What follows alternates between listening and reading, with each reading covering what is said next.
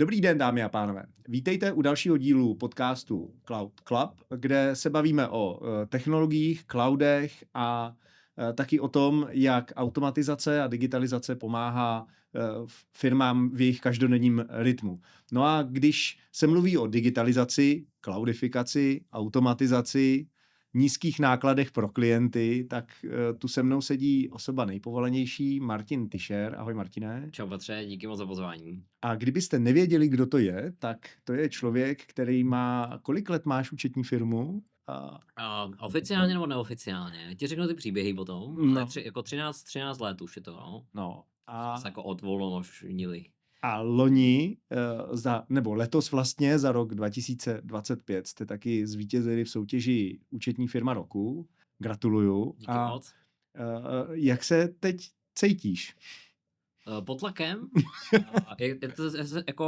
To je takový jako hezká iluze toho, že převezmeš tu krásnou jako cenu, prostě kterou jako je taková jako poděkování celému toho týmu za jako tvrdou práci a jako odříkání a chyby prostě v nějakém jako nasazování nových prostě technologií, procesů, prostě přístupů, neustálých vlastně změn. Mm-hmm. A zároveň jako si tam jako uvědomíš to, že ty jo, ale jako to je sice za rok 25, ale ten ještě není uzavřený, že jo, jako v tom únoru a to ještě jako teprve teďka jako ještě některý ty zákazníky jako podáváme a je to jako velký závazek jako vůči klientům, že hele, teďka jako fulka se nesmí nic jako protože jako musíme dostat tomu svému jménu a je to i závazek vůči jako tomu oboru, že hele, jako to není, že já teďka jako máme tu cenu, už na všechno kašlem, prostě už budeme tak konzervativní účetní kanceláře od teďka, ale prostě tak jako kde bude to účto jako za 2 roky? No, tam ještě jako dohlídneme, že jo? 5, 10, tyjo, budou tam ještě ty účetní, no, možná jo, možná ne. Aha, vidíš, a to mě přivádí na otázku, kam směřuje účetnictví. A je účetní firma ještě účetní, nebo je to jako technologická firma software house? Hele, dneska je to pořád jako pejorativně řečeno, jsme furt na začátku, jo? Jako vlastně, my jsme ani nezačali pomalu.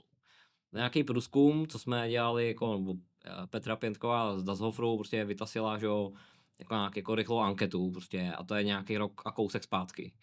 A otázka zněla, jedna otázka vlastně. Pracujete s alespoň polovinou dokladů elektronicky? A to jako 70% jako ne.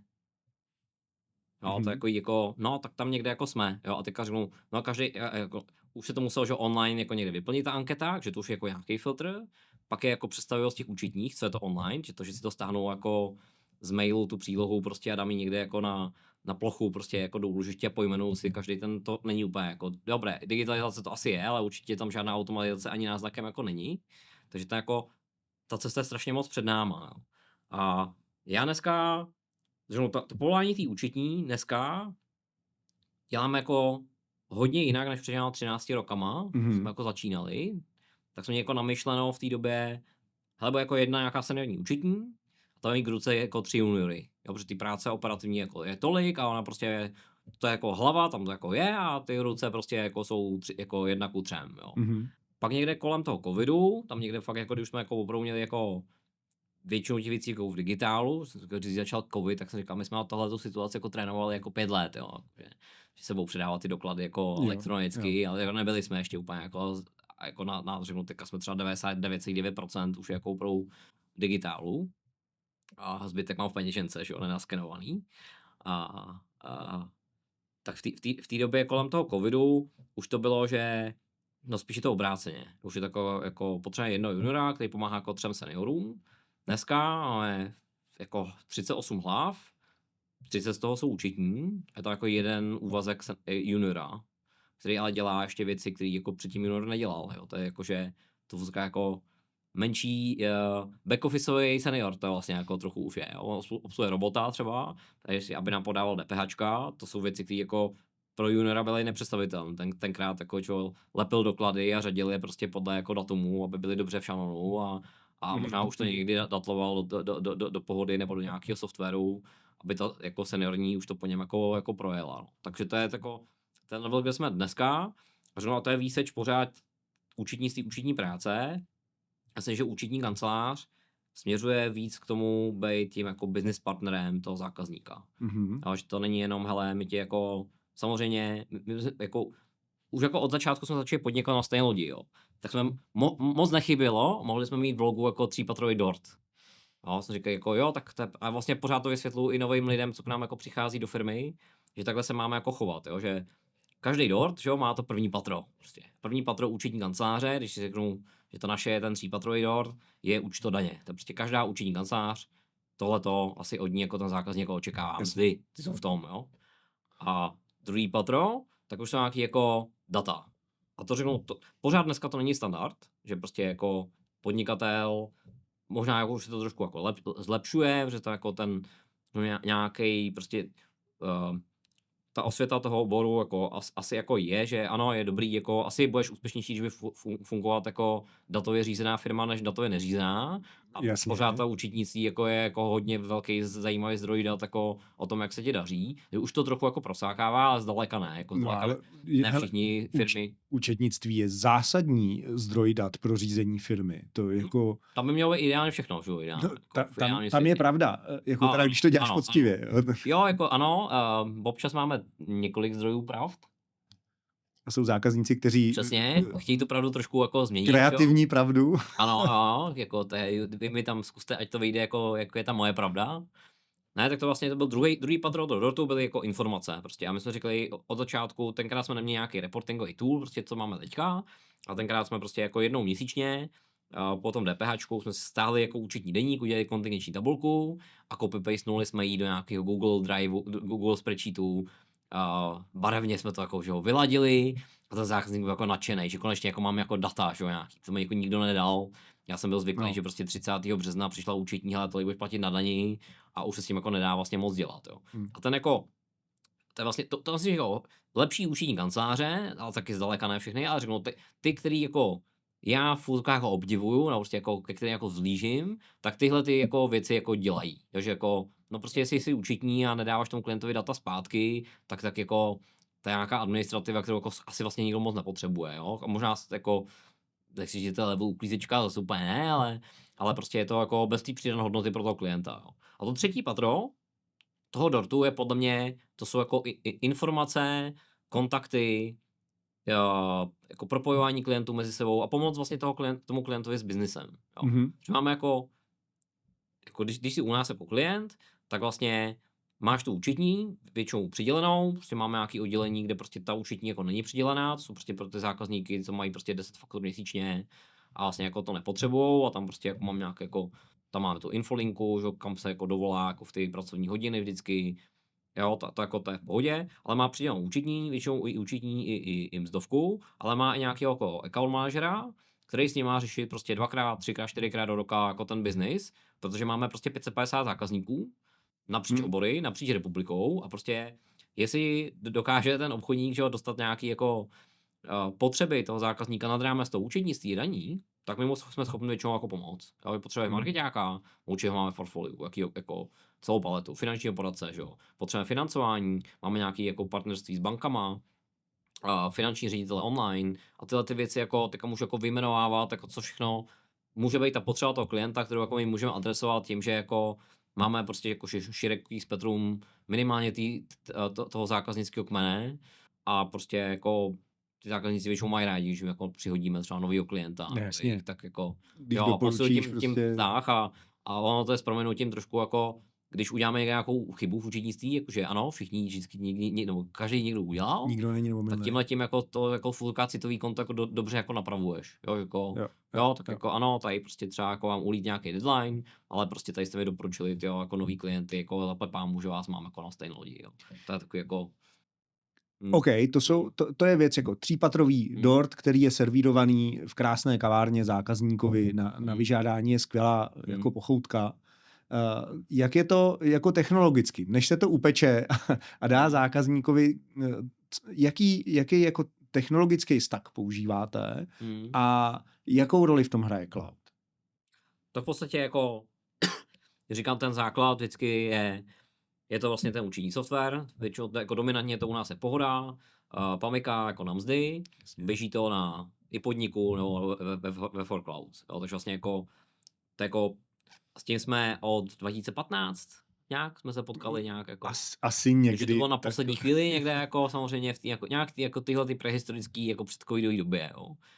A výhoda toho je jako obrovská, že no tak já vlastně jako, jako no, tenkrát jsme měli jako přísloví, že jsou lidi, že jo, co zálohujou, a pak jsou lidi, co už zálohujou. Jo. No, tak tady vlastně jako na to nechci, jako nemusím vůbec myslet, prostě jako jo, občas jako můžeme se probudit, že jo, ze sna, jakože nemáme to zálohováno, ne, prostě tady to jako vlastně neřeším, jako tady to jako je na pozadí, že jo, prostě o to se jako stará jako Forcloudsy podnik jako dobře.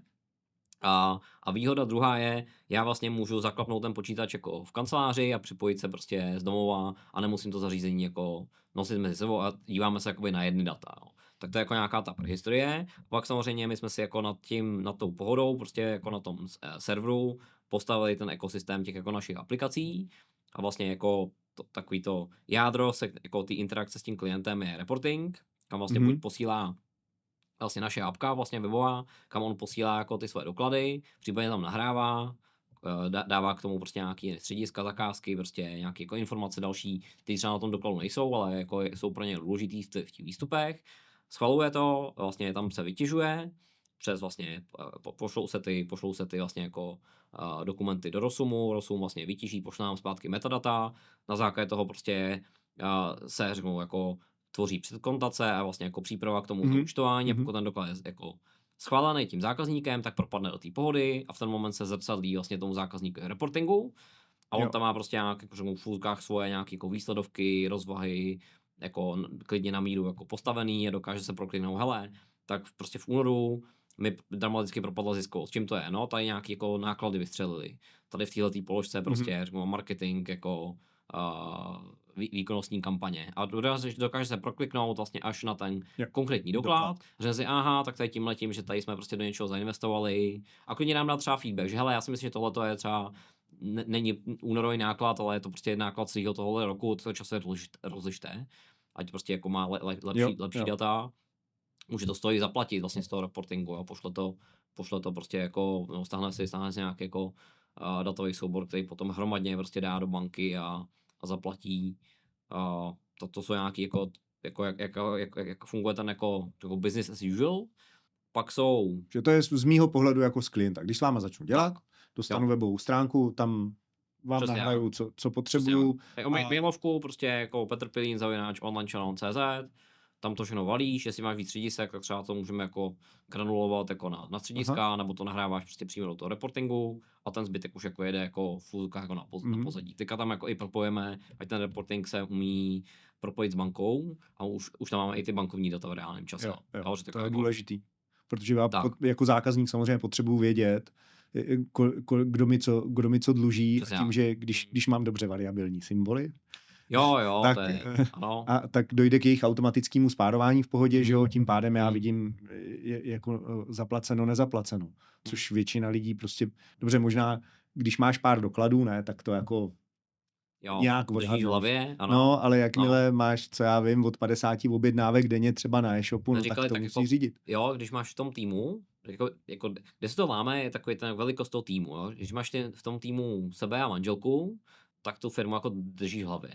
Když jich tam máš jako 5 a víc, tak už si myslím, že tam jako je takových informačních toků mezi sebou, že vlastně potřebuješ ty data. No jasně. Jo, a tam je to až do neomezeně vlastně, jo, že to není vlastně o tom, že hele, mám milionový obrat nebo 10 milionový obrat, jako ano, ne, jako 10 milionů můžu mít na jeden faktuře vydan, že jo, teoreticky.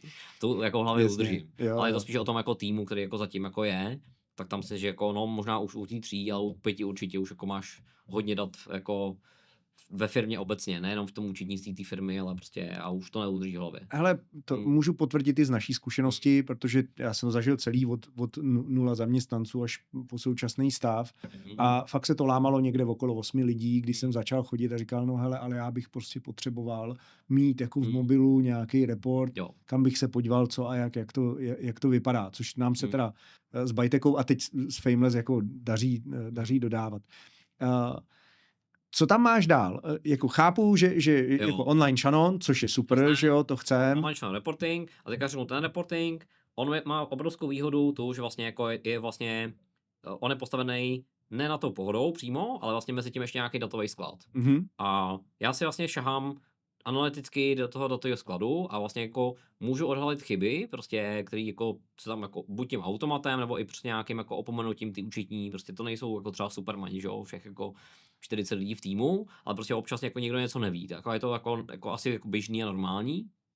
A tak vlastně těma jako průřezama dokážu jako ty chyby jako relativně rychle jako najít a samozřejmě jako co mi došlo až jako při implementaci, jo, ty účetní sami sebe můžou jako hlídat na základě těch nástrojů. Jo. A ten jako typický příklad je, jaký můj klient z mého portfolia za minulý měsíc koupil nějaký majetek. Protože tam je jako riziko, že ho špatně zařadí. Jo, a řeknu, no u nás 550 klientů, za minulý měsíc třeba 5 klientů koupil nějaký majetek. A vlastně jednoho po druhém fakt někdo jako nějak jako daňařka, prostě, nebo jako někdo z týmu supervizorů to může zkontrolovat, protože tam jako můžu udělat chybu, která se mi táhne jako x let, jo. A těchto jako pohledů prostě jako úplně ten jednoduchý je, jestli nezbylo něco na účtu 261, prostě máte peníze na cestě, aby mě je 0, že jo. Když tam něco je, tak je to jako minimálně podezřelý. Jo, ale ty můžeš dělat i vlastně jako automatický kontroly a kontrolní sestavy, kde křížem hlídáš, jestli je teda všechno zaučené. Protože když máš, říkal jsi, 550 klientů po celé České republice, krát kolik termínů v měsíci musíš stihnout, strašně. Takže se dostáváš do toho, že máš vlastně každý měsíc jako tisíce termínů, který musíte stihnout včas. Tohle ano, jako my jsme řekli, že ty průřezové kontroly vlastně mi nahrazujou u jako jednoho člověka, co u nás dělá jako seniorní účetní na plný úvazek, třeba 160 až 180 úkolů měsíčně. Takže se podívá do jako 15 průřezů a vlastně a najednou vlastně tam je ta výhoda, že to účetní si dá zkontrolovat, že otevřu tu účetní jednotku a jedu prostě tu kontrolu v té účetní jednotce. A dá se udělat jako křížově vlastně, jako jednu jako věc si zkontroluji jako napříč tím portfoliem a jestli jsem účetní, co má prostě v portfoliu 30 firem, nebo jsem prostě celá na stejné lodi a mám jich tam 550, tak vlastně v tomhle levelu jako si to dokážu jako zkontrolovat prostě napříč a jako ty chyby jako odhalit. Jo. A potom samozřejmě vedlejší efekt je, teďka jsme někde byli jako na nějaký akci banky, co nás jako pozval jako partnera a mě vlastně zajímalo, kolik je suma jako bankovních úvěrů dlouhodobých v těch našich 550 klientech. Jo, a řeknu, no udělal jsem si jako na 2 kliky jako report vlastně v tom našem reportingu a řekne, hele, vlastně 367 milionů asi jako je to, co dluží jako ke konci března 26 jako ty naši klienti bankám a top 25 asi tak bylo přes 300 milionů. Jo. Jako, kdybych chtěl jako řeknu přijít jako za klientem s nabídkou, hele, je tady možnost jako refinancovat to v jiný bance za lepších podmínek, tak já vlastně jako mám okamžitě ten seznam jako těch firm, jako hele, těchto 20 se to bude týkat, tomu zbytku to jako ani neříkej, protože to je jako, nebo v nějakém druhém týru.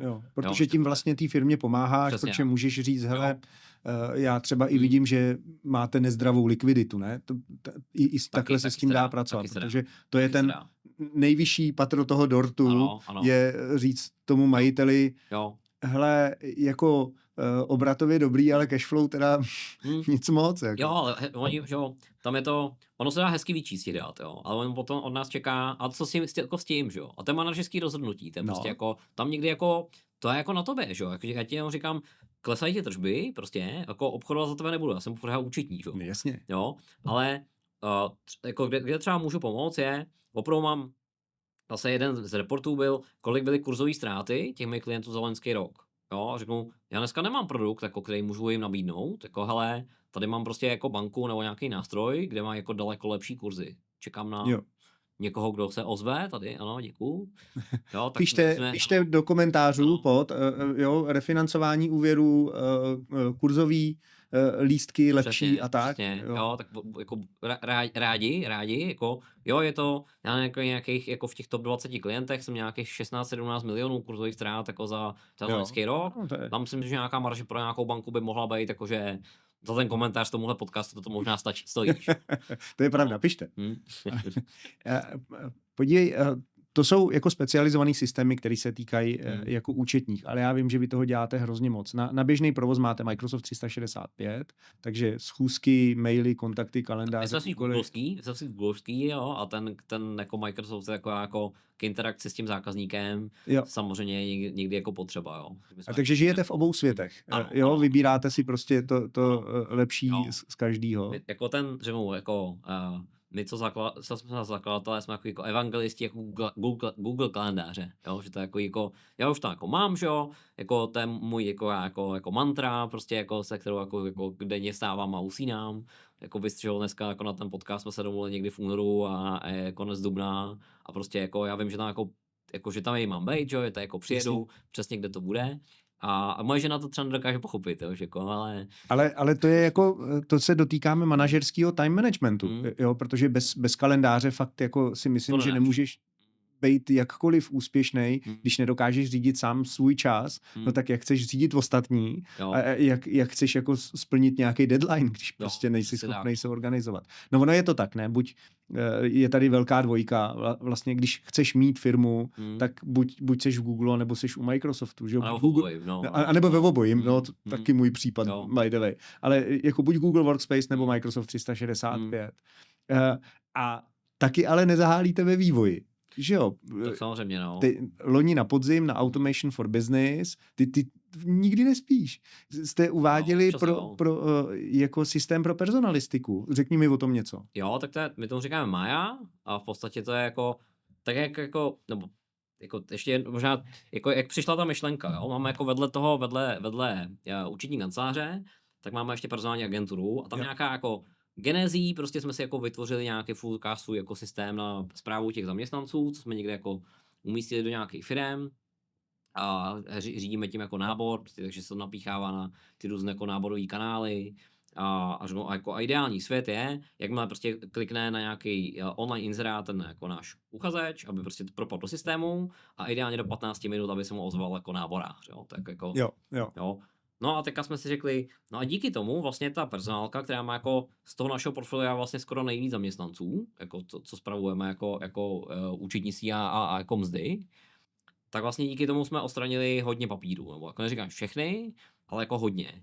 A potom jako druhá jako kde to jako seplo, bylo, takže teďka jako ten náš klient, teoreticky vlastně, co se účetnictví týče, nepotřebuje vůbec žádný šanon. Jo, to bylo jako jo, nám se chtějí dostat, už jako jsme tam.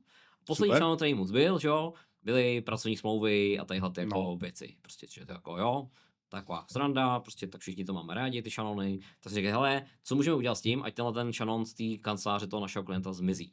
A vytvořili jsme Máju a to má být, my tomu trošku říkáme jako, to je jako iDoklad nebo Factoroid, prostě na personalistiku. To máme jako jednoduchá apka, kde prostě ty jako klikneš a řekne, hele, nastupuje mi prostě skvělý člověk nový, jmenuje se Petr Pilín, mail, telefon, odešlu mu prostě přímo z toho jako nějaký link do mailu, ten tam doplní prostě svoje údaje, všechny to, co tam mzdovka potřebuje, že jo, takže jako datum narození, prostě číslo účtu. Víš, že jsem nezaměstnatelný. Jo, samozřejmě, ale jako tady zase v rámci jako toho, že mám personální agenturu, že jo, tak propagujeme tady jako potenciální zaměstnavatelnost jako Petra Pilína a ty to jako doplníš, vlastně jako klikneš, zase se to hned jako propíše zpátky, ona si to zvaliduje, ještě zatím validujeme všechny věci a vlastně jako přenese si to jako přímo do paměti, jo, prostě jako, že už jako přestala přepisovat a samozřejmě ten zákazník v té Maje, on si vlastně jako řekne, OK, tak tady Petra Pilína, jako mám už všechny to jeho údaje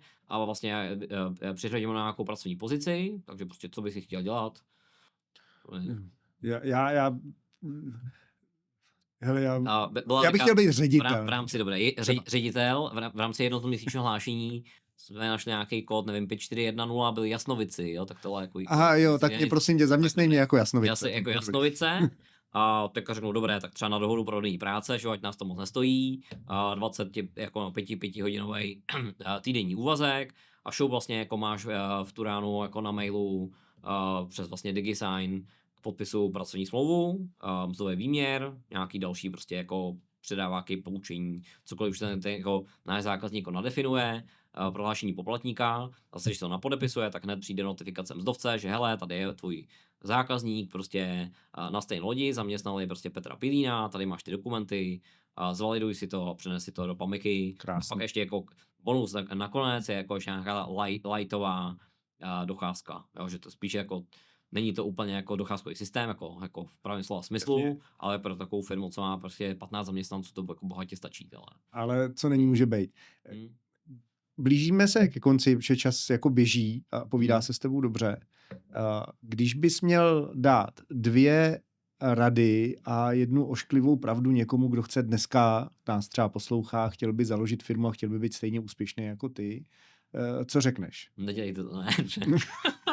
Není to dobrý nápad.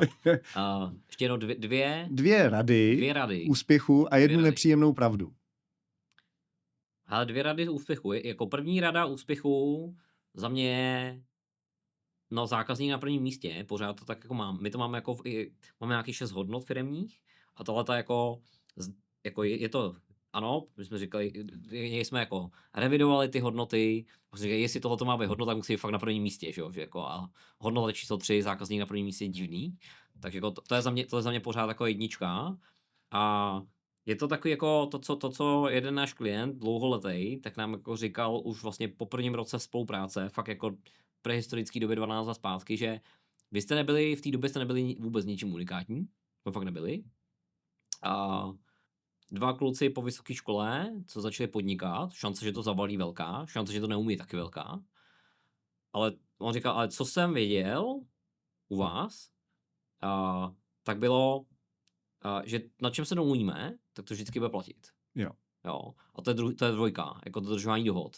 Jo, abych dal jako ten zákazník na prvním místě, tomu bychom měli naslouchat, neměli bychom mít takovou tu svoji jako pravdu, že jako dobré, vyvíjím nějaký hezký software a vy to všichni musíte potřebovat, ne, jako by to mělo obráceně, prostě jako co by on mohl potřebovat, někdy on to sám neví, to je jako taková sranda v tom, ale dobré, jako tomu bych přizpůsobil úplně všechno, tomu zákazníkovi.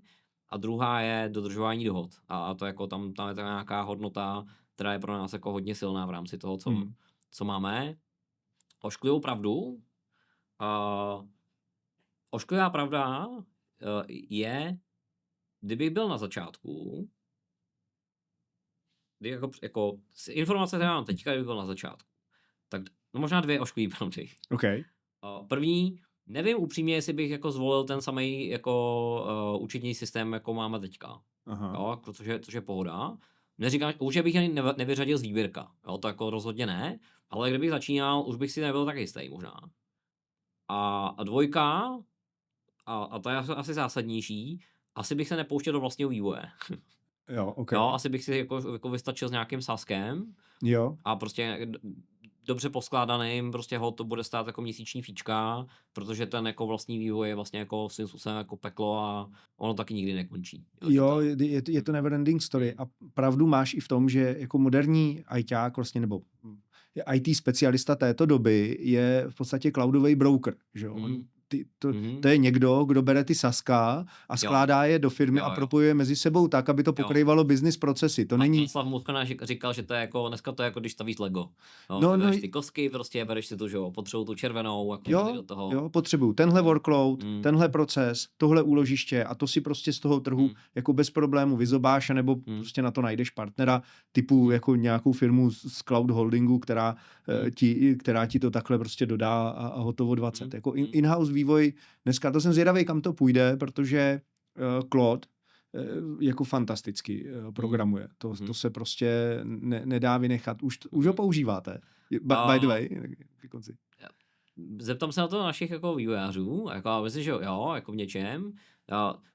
Jako spíš jsme ho vyzkoušeli, jo, jako v rámci nějaký pilotáže. Na co si myslím, že to je dobrý, je modelace nějaký funkcionality, který teprve zadám těm vývojářům. Jo. Protože to je jako máme prostě už jako 40 plus uživatelů a 550 zákazníků a už jako si nelajznu to, že já si to tady udělám jako sám přes cloud, no. Jo, ale jako už máme tu čest, no. OK. Moc děkuju. Dámy a pánové, děkuju vám, že jste nás poslouchali a že jste to vydrželi až sem. Pokud budete potřebovat, rádi zodpovíme veškeré dotazy tady v komentářích pod videem nebo v diskuzích na vaší oblíbené podcastové platformě. Já vám moc děkuju za vaši pozornost. Těším se někdy na vás příště. Dejte si odběr a dejte like, sdílejte. A taky si dejte zvoneček, aby vám neutekly nejnovější epizody. A díky, mějte se krásně. Martine, moc díky. Díky moc za pozvání. Naschledanou.